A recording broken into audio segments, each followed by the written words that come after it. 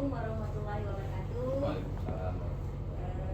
Apa kabar Bapak hari ini Pak? Alhamdulillah sehat walafiat. Amin. Mudah-mudahan kita sehat ya Pak ya.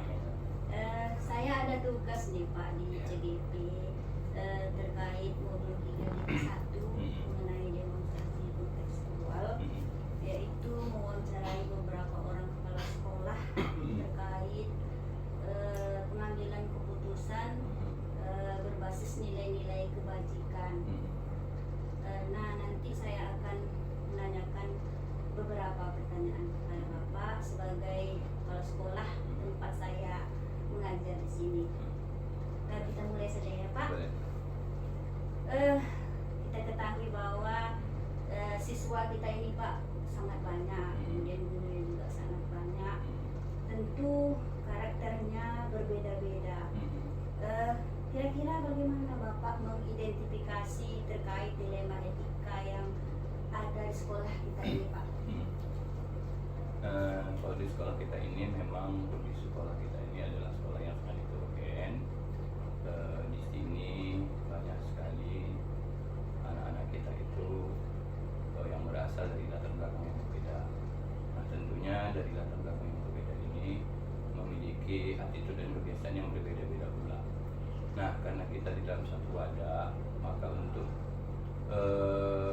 mengidentifikasi berbagai macam persoalan-persoalan ataupun untuk meminimalisasi berbagai macam persoalan-persoalan, maka di sekolah itu kita buat aturan yang sifatnya menyeluruh untuk semua siswa tanpa membeda-bedakan dari mana latar belakang mereka. Nah, memang di dalam perjalanannya terkadang banyak dijumpai beberapa hal yang kira-kira bersinggungan antara satu siswa dengan siswa yang lain. Nah, untuk hal yang sedemikian itu kita mencoba untuk mencari solusi bagaimana yang terbaik kira-kira untuk kedua belah pihak yang berselisih atau kelompok-kelompok yang berselisih ketika mereka berada di dalam suatu komunitas yang ibaratnya yang di lingkungan sekolah kita. Nah, untuk tidak kemudian menganaktirikan atau menganakandungkan berbagai macam pihak itu, maka kita di sekolah ini mencoba untuk memberikan suatu kata sepakat terhadap aturan-aturan yang kira-kira bisa dilaksanakan oleh seluruh siswa di tempat kita. Jadi tidak memihak kepada satu golongan atau memihak kepada satu kepentingan, tetapi lebih berpihak kepada kepentingan secara menyeluruh untuk anak-anak kita. Nah, itu kira-kira yang kita laksanakan di sekolah itu. Oh, seperti itu ya Pak. Selama ini Pak, bagaimana Bapak menjalankan pengambilan keputusan sekolah, terutama kasus-kasus di mana ada kepentingan yang sama-sama benar atau sama-sama mengandung nilai-nilai kebajikan? Kalau kita di sekolah biasanya mengedepankan musyawarah untuk mufakat. Apapun keputusannya di sekolah ini, saya selalu mengedepankan rapat dewan guru sebagai ujung tombak untuk pengambilan keputusan. Walaupun memang beberapa hal bisa kita putuskan sendiri atau mengambil kebijakan sendiri, tetapi kalau saya pribadi memang lebih menginginkan bahwa keputusan itu adalah keputusan kolektif. Keputusan kolektif yang disepakati oleh guru, kepala sekolah menawarkan berbagai macam ibaratnya pilihan-pilihan yang nantinya bisa dianalisa, bisa kemudian dicermati oleh semua guru. Nah, pengambilan keputusan secara bersama itulah yang kemudian menjadi keputusan kolektif di sekolah ini.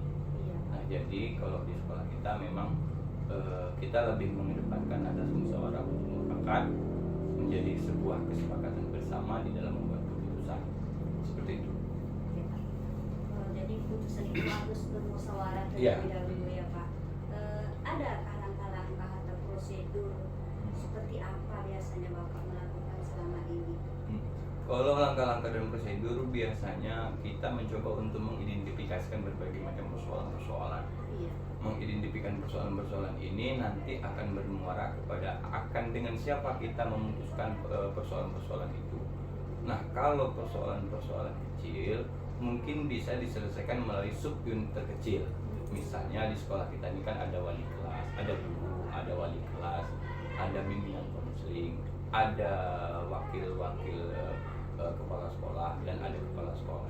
Kalau persoalan-persoalan itu kita anggap tidak begitu mempengaruhi semua lini di sekolah, mungkin hanya diskusi-diskusi kecil di tingkat kawan-kawan guru ataupun di tingkat kawan-kawan bimbingan konseling untuk menyelesaikan persoalan-persoalan itu.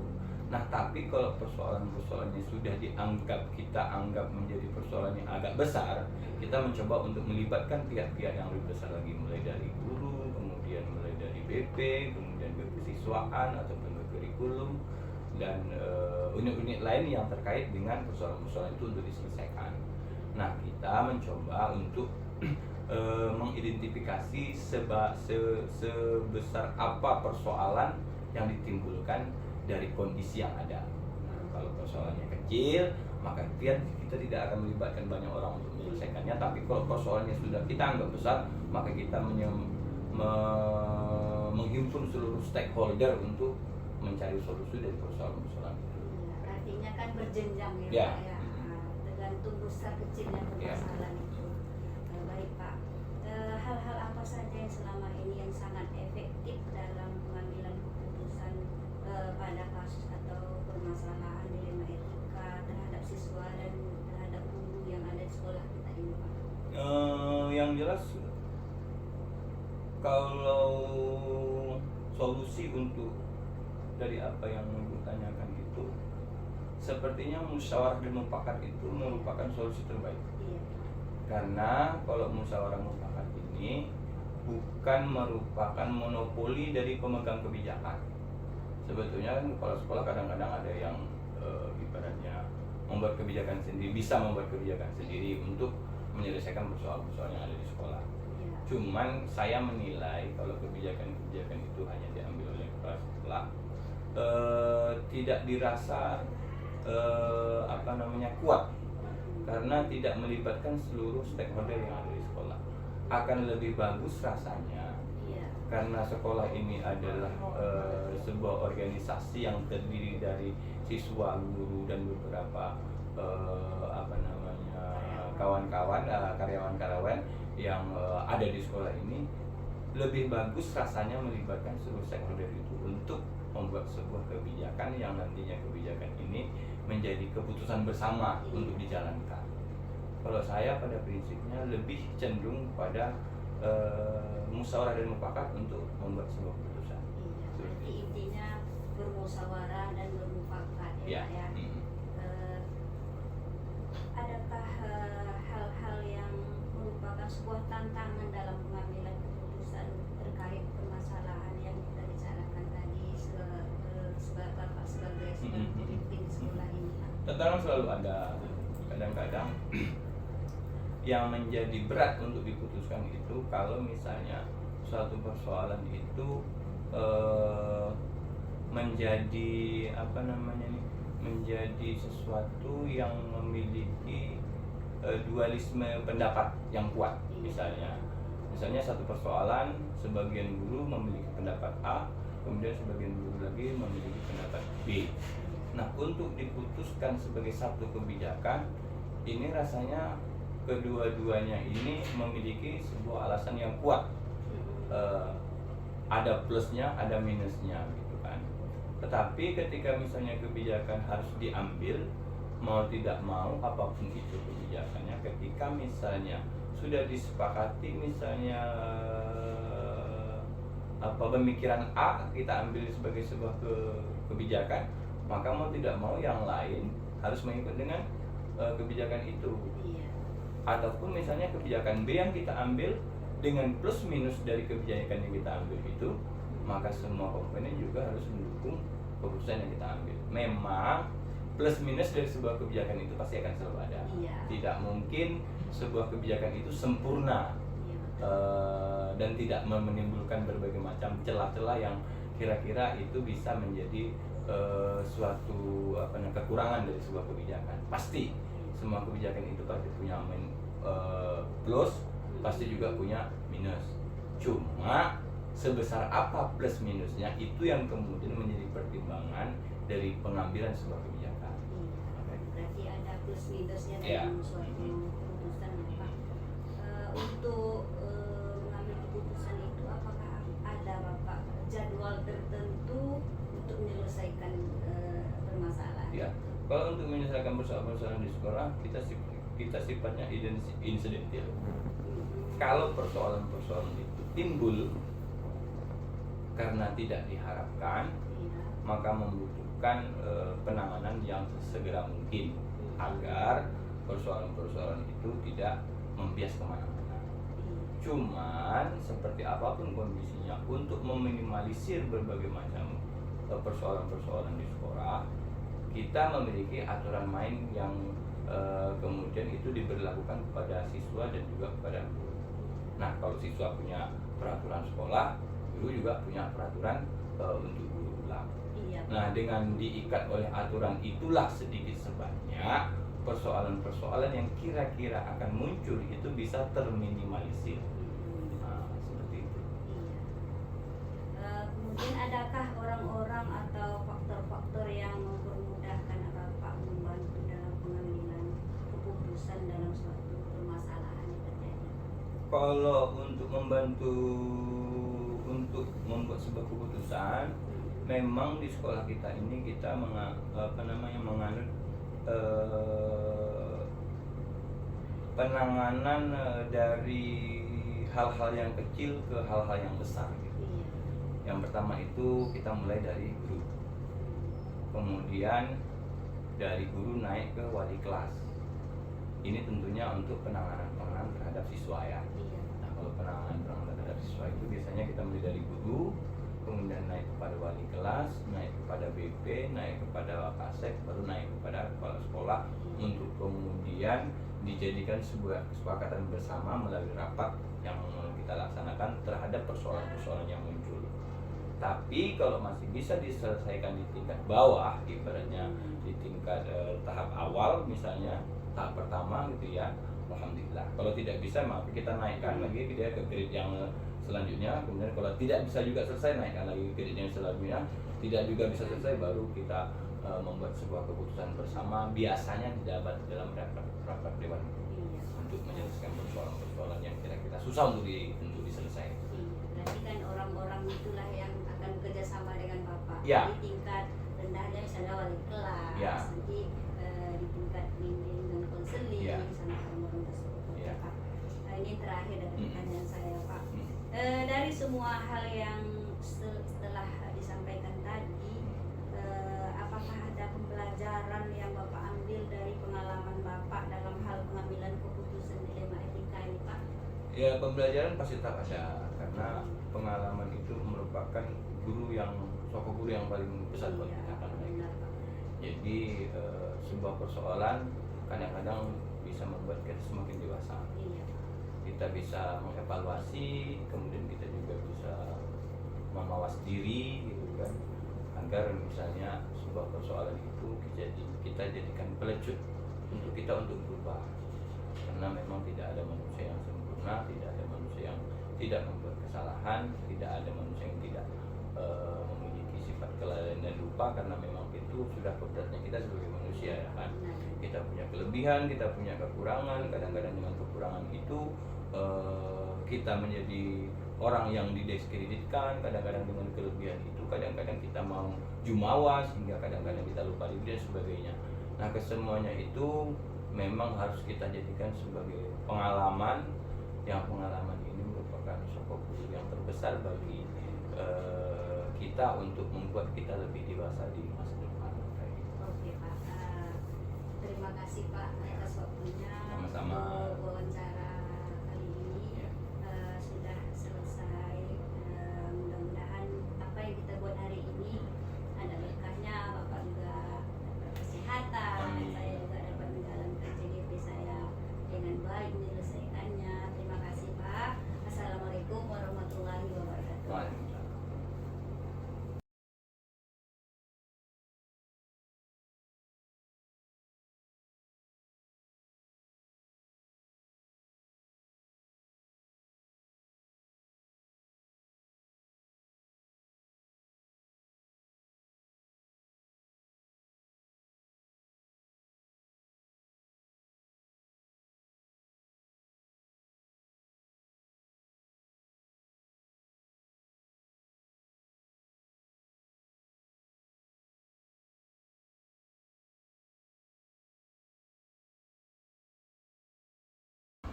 Assalamualaikum Bu.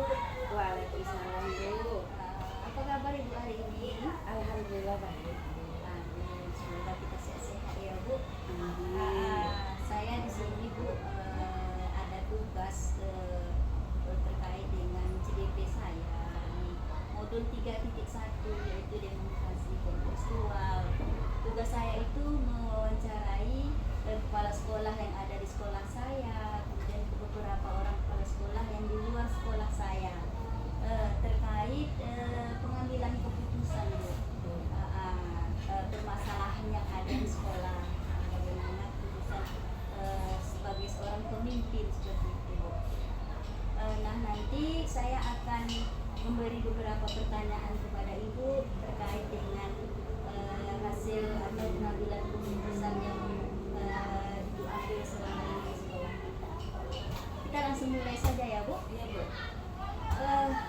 Kita ketahui bahwa di SD 003 ini ya kan Bu, banyak siswa-siswa mungkin lebih dari berapa ratus begitu juga dengan guru-guru yang ada di sini. Tentu dari beberapa siswa dan beberapa guru tersebut berbeda pula karakter-karakternya. Kemudian bagaimana untuk mengidentifikasi terkait dilema etika atau rujukan moral terhadap siswa atau terhadap guru-guru yang dipimpin. Pertama saya itu mencari akar masalahnya. Masalahnya di mana? Apakah itu termasuk dilema etika yang berlaku di sekolah? Setelah saya mencari akar masalahnya, saya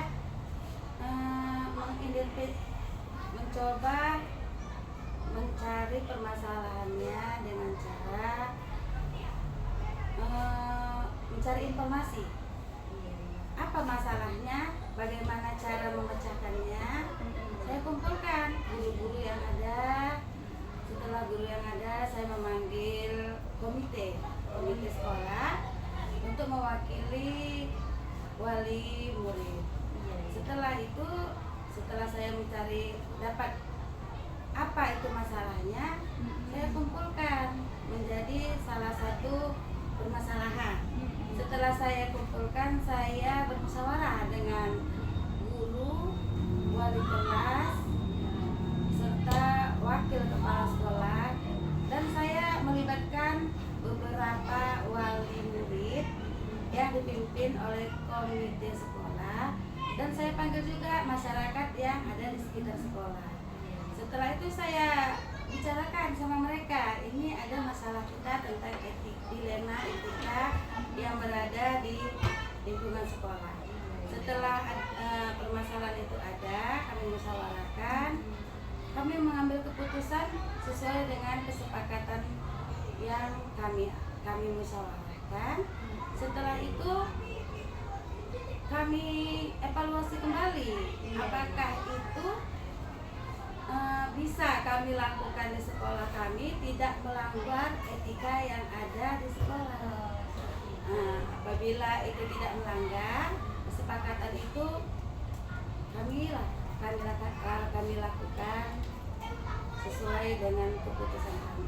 Berarti di sini ada sinergis ya kan Bu, antara kepala sekolah dengan guru, dengan orang tua, kemudian dengan komite sekolah untuk memutuskan sebuah permasalahan atau sebuah dilema etika ya kan Bu. Oke Bu. Selama ini bagaimana Ibu menjalankan pengambilan keputusan di sekolah, terutama untuk kasus-kasus di mana ada dua kepentingan yang sama-sama benar atau yang sama-sama mengandung nilai kebajikan? Di sini kita kan ada komite, Iya. ada guru, dan ada masyarakat sekolah. Dan setiap yang ada namanya permasalahan itu baik itu sama-sama baik dan sama-sama perlu. Tapi di antara keduanya itu kan ada yang lebih perlu dan lebih menguntungkan oleh masyarakat sekolah. Kita lihat di antara kedua sisi ini, dia kalau yang misalnya Kalau yang ini kita kerjakan, tapi dia lebih tidak menguntungkan. Tapi yang ini kita kerjakan, dia lebih menguntungkan kedua belah pihak, baik itu dari sekolah maupun dari siswa. Iya. Kita ambil aja keputusannya yang mana yang lebih menguntungkan. Kalau dianya yang ini yang menguntungkan, ini yang kita kerjakan sesuai dengan keputusan yang kita ambil. Iya. Dengan cara bermusyawarah pada pihak sekolah, komite, dan wali murid, biar semuanya sejalan dengan baik. Benar Bu. Kita ini sebagai guru juga kan harus mengambil jalan tengah, bukan memihak pada suatu masalah saja ya kan Bu, perlu musyawarah. Oke Bu, langkah-langkah atau prosedur seperti apa yang Ibu lakukan selama ini? Langkah-langkah yang saya ambil itu selama ini, jika ada masalah etika di sekolah, saya cari dulu informasinya, saya kumpulkan. Setelah saya kumpulkan, saya cari akar masalahnya. Setelah itu saya musyawarahkan kepada pihak sekolah, baru kami evaluasi masalah ini disebabkan oleh apa dan bagaimana cara pemecahannya. Kami musyawarahkan sama-sama agar pihak sekolah ini sama-sama nyaman melakukan kegiatan yang tidak melanggar etika sekolah. Jadi langkah-langkah ini sangat efektif ya Bu dilakukan di sekolah ini.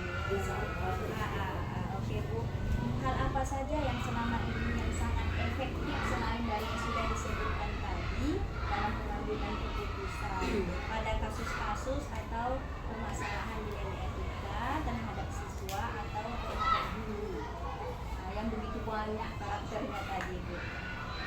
Oh, begini Bu, selama ini kan hal yang lebih efektif itu kita pertama peraturan sekolah. Peraturan sekolah ini kan dia setiap sekolah itu ada peraturan.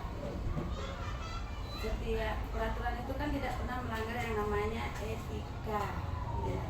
Jadi jika ada yang melanggar, kita cepat-cepat aja. Cepat kita kayak mana caranya biar jangan dia ketularan sama yang lain. Karena yang namanya etika itu kan dia lebih diutamakan daripada yang lain ya kan Bu ya. Makanya jika ada permasalahan itu kita cepat musyawarah, cepat kita tangani dengan segera, biar dia tidak menjangkit sama yang lain. Begitu. Permasalahan itu harus segera kita pecahkan. Itulah dilema terhadap kepala sekolah atau sebagai seorang pemimpin ya kan Bu. Hal-hal apa saja yang selama ini merupakan sebuah tantangan bagi Ibu di dalam mengambil keputusan atau permasalahan dilema etika terhadap sekolah yang Ibu pimpin ini? Yang menjadi permasalahannya ini selama ini adalah karena kebetulan sekolah kami ini dia di daerah pajak. Daerah pajak ini dia kan dekat dengan kota. Jadi permasalahannya ini dari luar banyak. Iya. Dan itu waktu kami pun di sekolah ini lebih singkat. Jadi dia permasalahan dari luar dan permasalahan waktu yang terlalu singkat. Itulah dia permasalahan yang ada di sekolah. Itulah menjadi tantangan bagi Ibu ya, Iya. sebagai seorang pemimpin sekolah ini ya Bu. Selain dari posisi sekolah ya kan Bu, mungkin anak-anaknya pun kan apa sekarang zona ya kan Bu. Zona berarti kan orang yang sekitar sini saja yang masuk di sekolah sini. Artinya lingkungan pasar atau lingkungan pajak itulah banyak anaknya yang masuk ke sini. Maklumlah kita kalau pajak itu bagaimana kan. Iya, agak terasa sedikit. Latar belakang anaknya tentu di sekolah nanti timbullah dilema-dilema etika yang akan diputuskan oleh seorang pemimpin ya. Baik Bu, apakah Ibu memiliki susunan jadwal tertentu untuk memecahkan permasalahan ini atau langsung menyelesaikannya di tempat atau ada prosedur kapan seperti itu? Kalau saya punya prinsip, saya tidak mempunyai yang namanya jadwal tertentu. Tapi saya akan menangani masalah itu secepatnya. Karena menurut saya dilema etika itu kan urgent. Jadi begitu ada masalah langsung ditangani supaya nyaman dan tidak terjadi lagi. Segera mungkin Segera mungkin, ada ya. jadwal tertentu harus memecahkan masalah ini, tunggu dulu tanggal sekian, tidak ada seperti Tidak, itu ya Bu. secepatnya aja. Oke Bu. Adakah orang lain ya atau faktor-faktor yang bisa mempermudahkan Ibu membantu dalam hal pengambilan keputusan kasus permasalahan dilema etika ini Bu? Alhamdulillah, kalau di sekolah kami ini yang dapat membantu saya itu guru-guru di sini sangat membantu. Mereka saling membantu kalau ada masalah. Baik juga dengan wali-wali murid kami di sini, kalau ada masalah mereka cepat gercep ya, langsung aja. Ayo kita masalah ini kita kerjakan. Begitu juga masyarakat yang ada di sekitar sekolah kami. Orang itu saling membantu antara guru, wali murid dan masyarakat yang ada di sekitar sekolah. Berarti saling berkolaborasi lah ya Bu, Iya. antara guru, antara masyarakat, antara orang tua murid untuk memecahkan permasalahan yang ada di sekolah ini ya. Oke Bu, ini yang terakhir mungkin pertanyaan saya ya Bu. Dari semua hal yang sudah disampaikan tadi mengenai permasalahan dilema etika, pembelajaran apa yang dapat Ibu ambil sebagai pengalaman di dalam memutuskan suatu permasalahan yang berhubungan dengan dilema etika ini? Sebesar dan sekecil apapun masalah, menurut saya kita perlu yang namanya musyawarah. Karena dengan musyawarah itu kita akan mendapat keputusan yang lebih baik dan tidak merugikan siapapun. Karena hasil musyawarah itu sudah keputusan yang menguntungkan semua pihak, baik itu gurunya, kepala sekolah, muridnya, wali murid dan masyarakat yang ada di sekitar sekolah. Iya, itu pengalaman berharga ya Bu ya. Musyawarah itu penting. Iya, berarti kan pengalaman dari sebelum-sebelumnya untuk meningkatkan cara kita lagi untuk memimpin bagaimana ya kan Bu. Jadi pengalaman itu guru bagi kita ya kan Bu. Seperti itu ya. Oke lah Bu, terima kasih atas waktunya yang sudah meluangkan waktu untuk saya sebagai CGP Angkatan 10 ini. Mudah-mudahan Ibu diberi kesehatan, bisa memimpin sekolah ini supaya lebih maju lagi, supaya lebih bagus ke depannya